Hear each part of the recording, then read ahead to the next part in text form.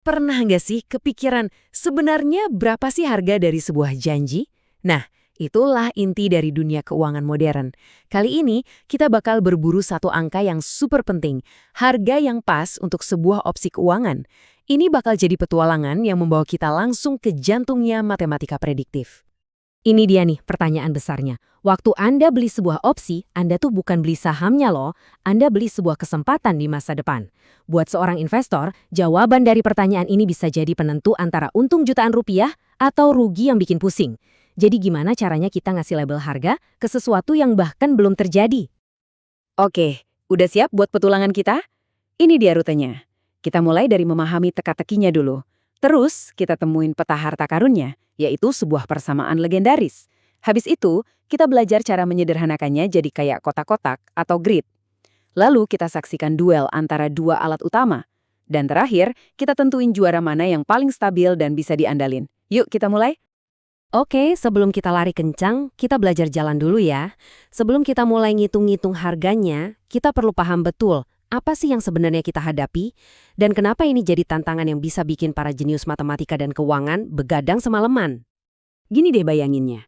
Anda bayar sejumlah kecil uang hari ini buat dapat hak, ingat ya, hak bukan kewajiban untuk beli saham X di harga Rp100.000 bulan depan. Nah, kalau ternyata bulan depan harganya meroket jadi Rp150.000, wah Anda untung besar. Hak untuk membeli ini namanya opsi call. Sebaliknya kalau hak untuk menjual itu namanya opsi put. Simple kan? Nah, disinilah bagian rumitnya mulai. Nilai dari hak yang barusan kita omongin itu nggak diam aja. Dia itu bergerak terus, nari-nari setiap detik, ngikutin irama naik turunnya harga saham dan juga detak waktu yang terus jalan mendekati tanggal kadaluarsanya.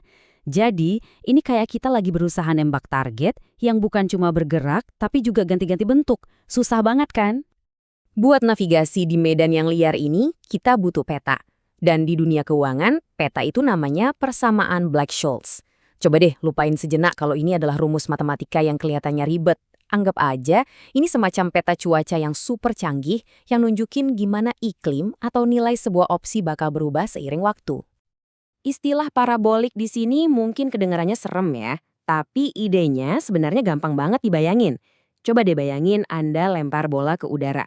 Lintasan bolanya itu kan ngebentuk kurva yang bisa kita tebak, ya kan? Sebuah parabola. Nah, persamaan ini dengan cara yang mirip melacak nilai opsi di sepanjang lintasan waktu yang juga bisa diprediksi. Jadi kita udah punya peta yang luar biasa canggih ini. Tapi ada satu masalah besar. Peta ini tuh detail banget dan rumitnya minta ampun. Jadi untuk kebanyakan situasi di dunia nyata, kita nggak bisa gitu aja lihat petanya terus bilang, aha di situ tuh harganya. Kita butuh alat khusus buat nerjemahin bahasa di peta ini. Disinilah keajaiban komputasi masuk. Kalau kita nggak bisa memahami sebuah lukisan yang utuh dan mulus, gimana kalau kita pecah aja jadi ribuan titik-titik kecil alias piksel? Nah, itulah ide jenius di balik metode beda hingga. Kita ubah masalah yang tadinya kayak nggak ada solusinya menjadi ribuan teka-teki kecil yang jauh lebih gampang diselesaikan. Jadi, intinya begini, kita nggak coba menelan satu gajah utuh-utuh.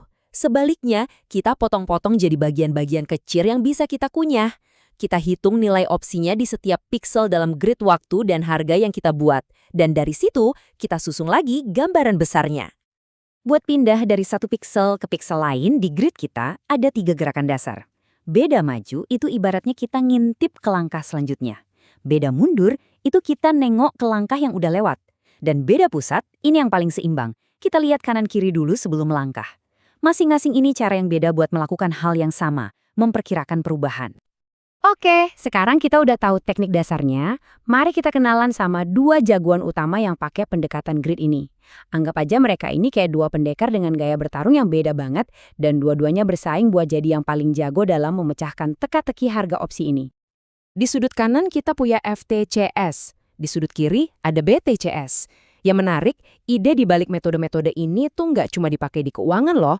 Para insinyur pakai ini buat modelin panas di mesin jet, dan ilmuwan iklim pakai buat prediksi pergerakan badai.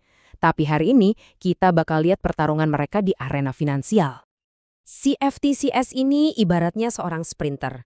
Cepat banget, to the point, dan gampang dimengerti. Dia mulai dari kondisi hari ini, terus lari lurus ke depan menuju masa depan, ngitung harga buat besok, lusa, dan seterusnya.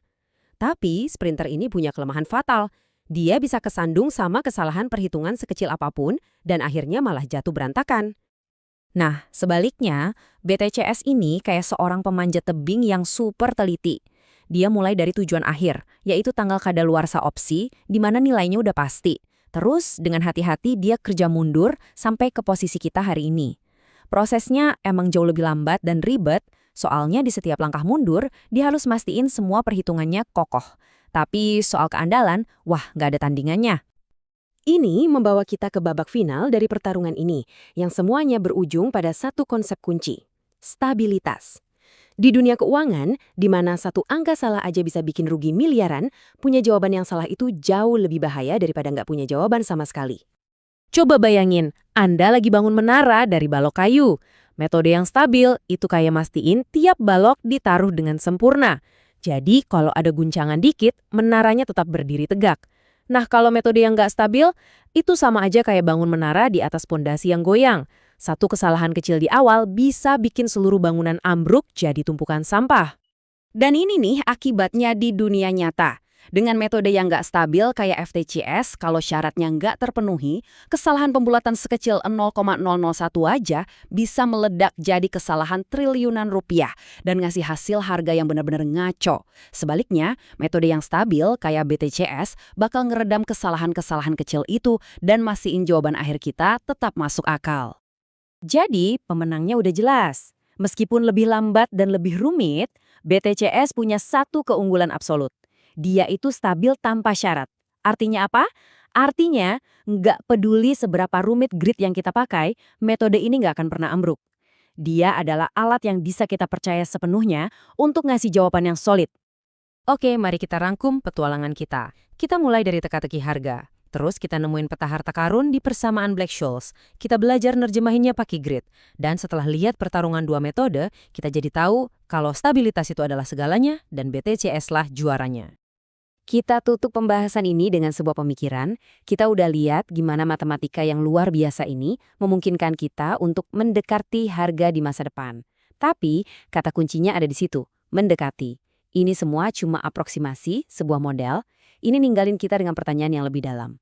Di dunia yang pada dasarnya serba nggak pasti, seberapa besar sih kita bisa benar-benar percaya sama prediksi kita sendiri?